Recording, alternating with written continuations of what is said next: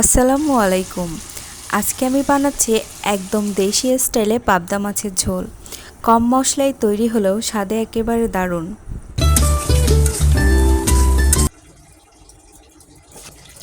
প্রথমে মাছগুলো খুব ভালোভাবে পরিষ্কার করে ধুয়ে নেব।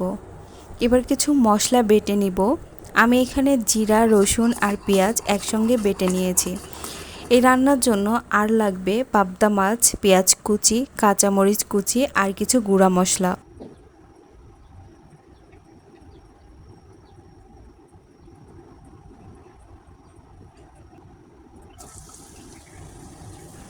প্রথমে কড়াইয়ে তেল গরম করে নিব। এবার দিয়ে দিব পেঁয়াজ কুচি। পেঁয়াজ হালকা বাদামি রঙের হলে দিয়ে দিব বাটা মশলা। হালকা পানি দিয়ে মশলাগুলো একটু ভেজে নিব।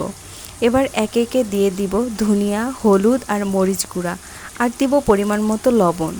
এবার একটু পানি দিয়ে মশলাগুলো কষিয়ে নিব।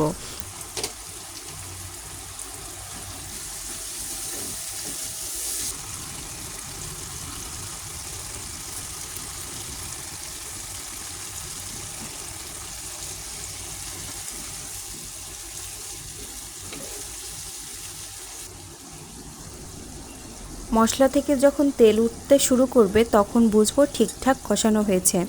এখন আস্তে করে পাবদা মাছগুলো মশলার মধ্যে দিয়ে দিব।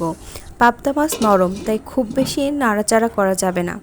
এখন পরিমাণ মতো পানি দিয়ে ঢেকে দিব। মাঝারি আঁচে 8 থেকে 10 মিনিট রান্না করে নিব। মাঝে মধ্যে নেড়ে দিব যাতে তলে লেগে না যায়। বেশ, তৈরি হয়ে গেল গরম গরম পাবদা মাছের ঝোল। আমার ভিডিও ভালো লাগলে লাইক কমেন্ট করতে ভুলবেন না। আল্লাহ হাফেজ। যাই দেখি শরীর ভালো।